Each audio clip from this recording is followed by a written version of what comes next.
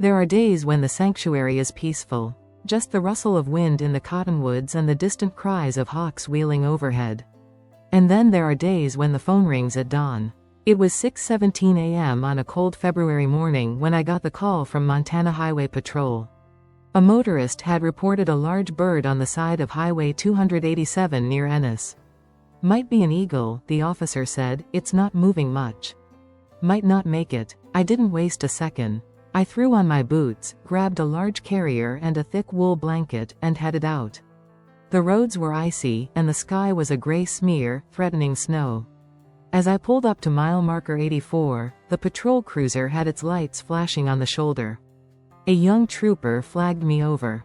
"There," he said, pointing. The bird was slumped by the edge of a shallow ditch, wings uneven, feathers ruffled and dirty. Even from 20 feet away, I could tell it was a golden eagle, a juvenile, likely under 5 years old. Its eyes flicked up at me as I approached, wary and brilliant amber, but its body remained limp. I moved slowly, speaking in low tones. "I've handled dozens of injured raptors in my 6 years volunteering with Pine Ridge, but this one had a weight to it, not just physical, but symbolic. Golden eagles aren't common rescues. They tend to die unseen, far from roads, high on cliffs or open plains." Using the blanket, I gently wrapped the bird, careful not to stress it further. Its left wing was at an awkward angle, clearly broken. Blood matted the feathers along the scapulars. There were abrasions near the beak, and one talon looked swollen. As I secured the blanket around it and eased it into the carrier, I remember saying aloud, more to myself than the bird, "You've still got a fight in you." Back at the sanctuary, Dr. Julian Mendez, our lead avian vet, was already prepping the triage room. Julian is a quiet man, the kind who lets his hands do most of the talking. As he gently examined the eagle, sedated and calm under the soft lamp, he gave me the bad news. Compound fracture in the left humerus. Might be restorable with a pin and support rod. We'll need to clean the wound, get him stabilized first. There's head trauma, too. Probably a glancing blow from a car grill or wing mirror. I asked him the only question that mattered: can he fly again? Julian paused, then said, "If the wing heals straight, if the tendons aren't too damaged, and if he wants to." Eagles are proud. They won't fake it. If he flies because he knows he can survive. For the next few days, the bird, who we started calling Marsh, after the area he was found, remained in critical care. We hydrated him through a tube, gave him antibiotics, painkillers, and anti-inflammatory meds. Julian inserted a pin to align the broken humerus and stitched the laceration near the shoulder. Every day, I changed his bandages, checked his eyes for responsiveness, and monitored for signs of infection. By the end of the second week, Marsh was standing. Not long after, he began to eat, ravenously. He devoured quail and rabbit we laid out, stripping meat clean from bone with that powerful hooked beak. It was a good sign. "He's a fighter," I told Julian. Julian nodded. "He has the will. Now we see if the body can keep up." We moved Marsh from the ICU to a larger enclosure, one of the flight barns with enough room for short glides. His wing was still braced, but we needed him to start moving, rebuilding strength. I spent hours outside his pen, just sitting, reading, letting him acclimate to my presence. He didn't trust me, he shouldn't. Wild animals must never get too comfortable with humans. But he tolerated me. Sometimes I spoke to him, softly, without expectation. "You'll get back up there, Marsh. The sky's waiting." The spring thaw came late that year. Snow lingered on the hills until April, but Marsh was making progress. We removed the pin in mid-March, and X-rays showed promising bone fusion. Range of motion exercises followed, gentle extensions, supervised flapping, perch-to-perch hops. I'll never forget the day he first tried to fly again. It was May 2nd. The sun was bright, the wind calm. We had cleared the flight barn of obstacles, and I opened the gate between perches. Marsh hesitated for nearly 10 minutes, talons curled around the wooden post, staring at the distance between his perch and the next. Then, in a sudden burst, he leapt. It wasn't graceful. His left wing lagged slightly, and he overshot the landing, clumsily grabbing onto the mesh wall before dropping down. But it was flight. I clapped, despite myself. "That's it, Marsh. That's the beginning. Over the next month, he improved rapidly. By June, he could cross the entire barn in a smooth arc. He still favored his right side slightly, but the symmetry returned little by little. That's when we called in the USGS. Before any eagle can be released, we coordinate with the U.S. Geological Survey's bird banding laboratory. Marsh would get a leg band and a small GPS transmitter, lightweight and solar-powered, so we could track his movements and determine whether he was reintegrating into the wild or struggling to adapt. We scheduled the release for early July, near the same area where he was found, open prairie with ridges and thermals perfect for raptors. The morning of the release, I barely slept. I arrived at the sanctuary before dawn, helping Julian and our team load Marsh into his final transport crate. He was calm but alert, feathers gleaming in the morning sun, every part of him honed for flight. I whispered to him through the slats, "Let's get you home." As we drove toward the release site, a quiet settled over the team. These moments always bring a complicated blend of hope and worry. Not every bird makes it. But Marsh was different. He'd earned this. We parked at the crest of a grassy hill. The valley below stretched for miles, sagebrush, low pine, the Snake River shimmering in the distance. Julian lifted the latch. I stood to the side, heart pounding, watching the crate door swing open. For a long moment, Marsh didn't move. Then he stepped forward, testing the wind.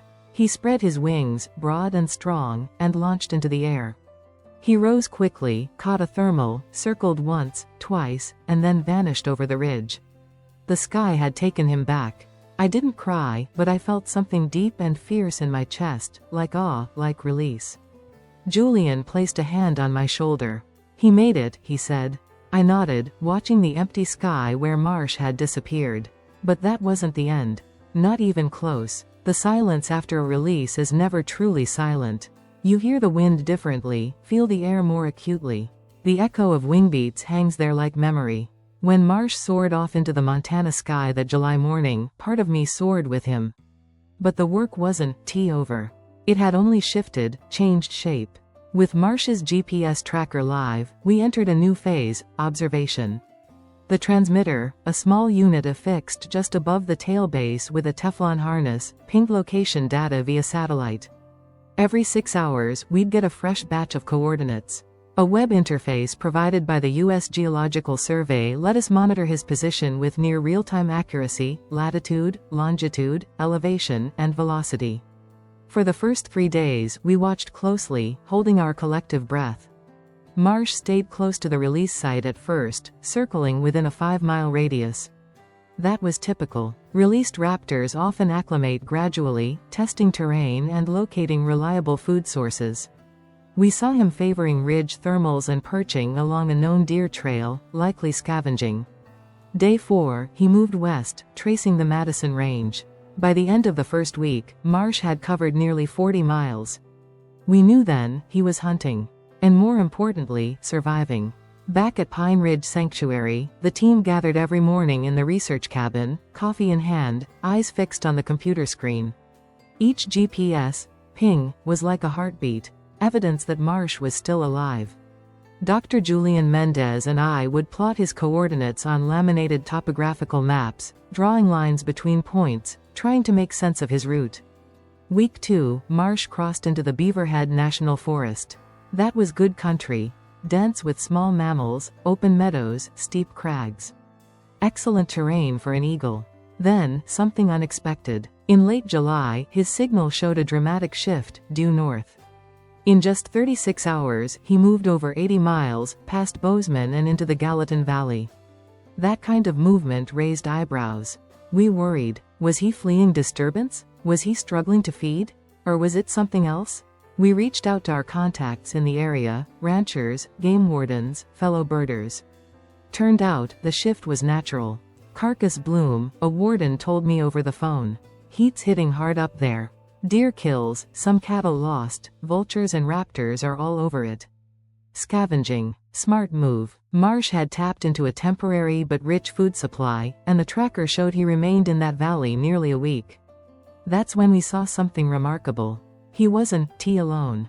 The GPS overlay used by USGS included data from other tagged eagles, and one evening in early August, while comparing movement logs, Julian noticed a convergence. Two other young golden eagles, both tagged from separate conservation efforts, had intersected Marsh's coordinates within a quarter mile. The timestamps matched. 3 juvenile goldens, all within a tight range, for several days. Eagles aren't pack animals, but they aren't strictly solitary either, especially juveniles. They can congregate loosely near food sources, learn from one another, sometimes compete. It's a loose cohort, Julian said. Like adolescents hanging out at the mall. Temporary, but formative. I remember staring at that screen, thinking, he's not just surviving, he's adapting. In mid-August, Marsh began shifting elevation more frequently. His readings showed he was climbing higher into the mountains, sometimes roosting above 8,000 feet. He began making shorter but steeper flights, likely hunting small prey.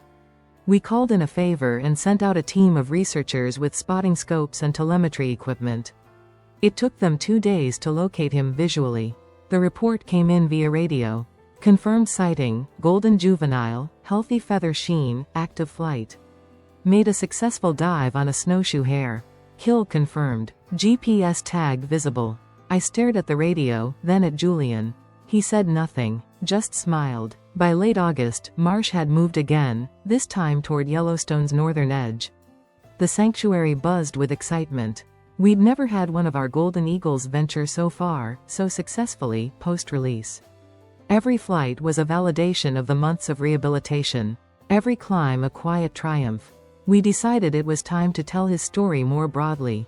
I worked with our communications lead to craft a post for our sanctuary's website and social media. We titled it, From Highway to Highlands, The Wild Journey of Marsh the Eagle. It went viral within days. Local newspapers picked it up. National Geographic's regional representative called to request a feature. We received emails from schools, birding clubs, and even veterans who connected with the metaphor of recovery and return. One message I'll never forget came from a young boy named Evan, age 9, from Missouri. He had broken his leg the same week Marsh was rescued and followed the eagle's story through our Facebook page. I can't fly, Evan wrote, but Marsh did. He makes me think maybe I'll run again soon. I printed that email and pinned it on our bulletin board. Because sometimes, the impact of a single animal goes far beyond its wingspan. In early September, the GPS tracker showed Marsh returning southward.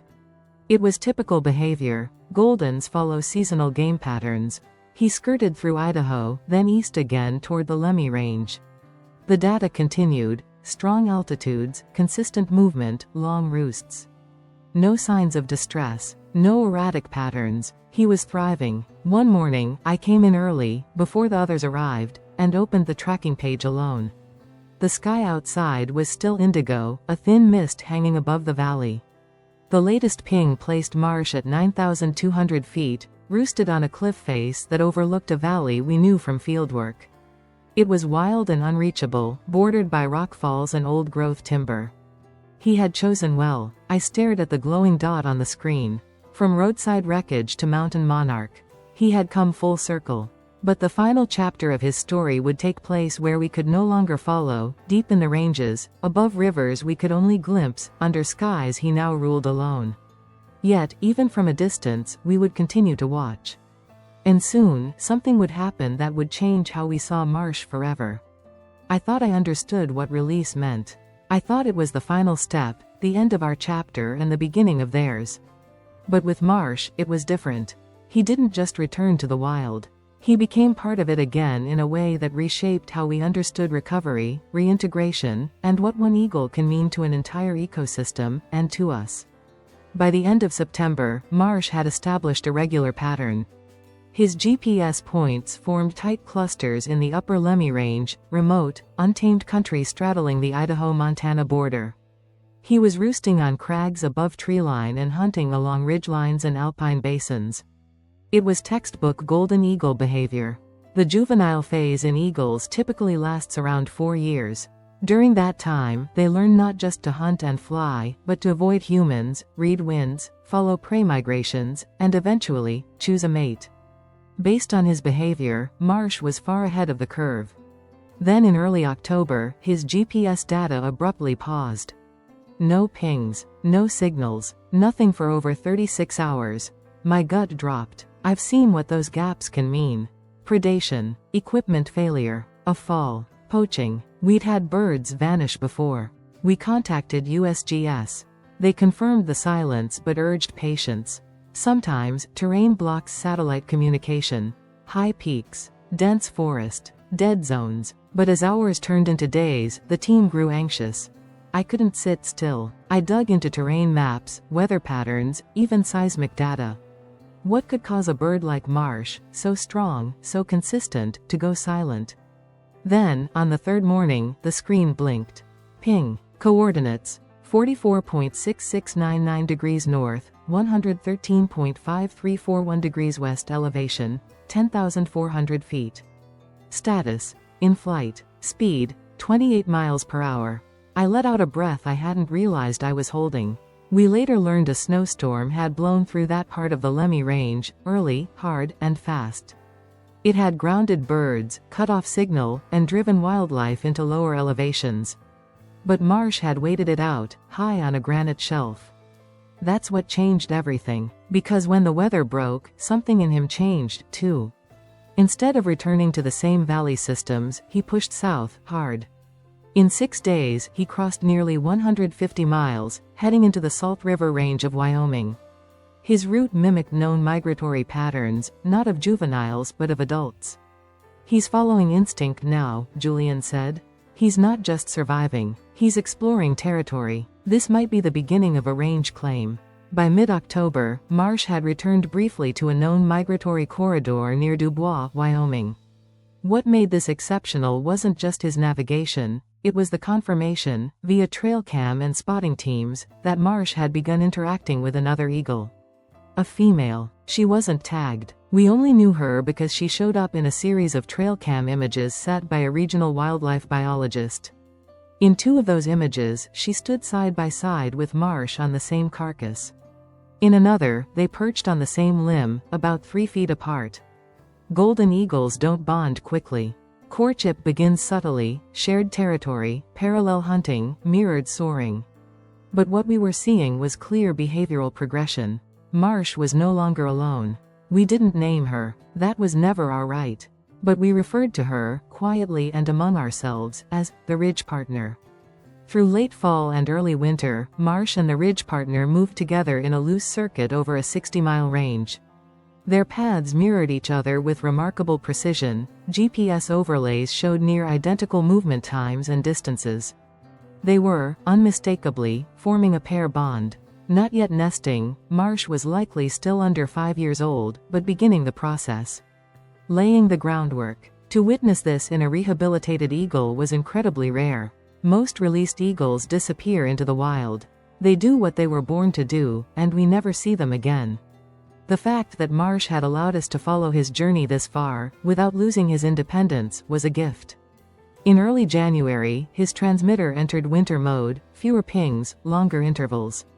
But the signals continued, steady and rhythmic. A pulse in the wild. That's when I made a decision. I hiked out to the ridge where we'd released him 6 months earlier. It was minus 12 degrees Fahrenheit when I arrived. The wind came in long, clean gusts.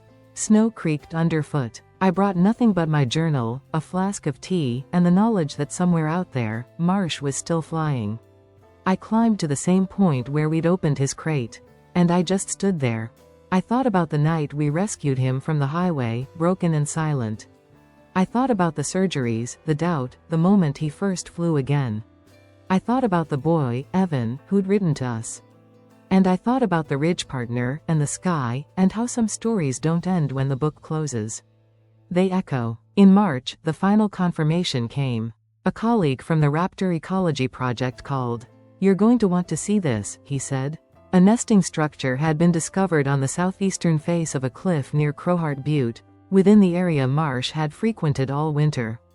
It was early in the season, yes, but not impossible. Golden eagles in the lower ranges begin preparations as early as February.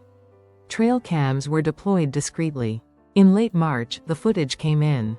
A male golden eagle, broad-chested, bright-eyed, and bearing a visible leg band and a GPS transmitter, landing with sticks. Building. With a partner. Julian and I watched the clip together in the research cabin. Neither of us spoke for a long time. I finally whispered, "That's him." Julian nodded. "That's Marsh. And he's starting a legacy." We stopped active tracking soon after. The GPS unit was scheduled to go offline that summer, its battery life was nearing the end. But it didn't matter. We knew where he was. And more importantly, we knew what he'd become. Marsh was wild, whole, no longer ours, but part of something greater. We still tell his story to every new volunteer who joins us. His leg band number is etched into a plaque in the visitors center. And Evan, now a boy with a healed leg and a deep love for birds, sent us a photo last year, standing next to an eagle exhibit at his local wildlife center, beaming. Marsh's story isn't remarkable because of us. It's remarkable because, in a world where so much is broken, this one eagle got back up. Flew again, lived, and reminded us that healing isn't just about mending what's hurt, it's about reclaiming what was always yours. The sky, the wind, the wild,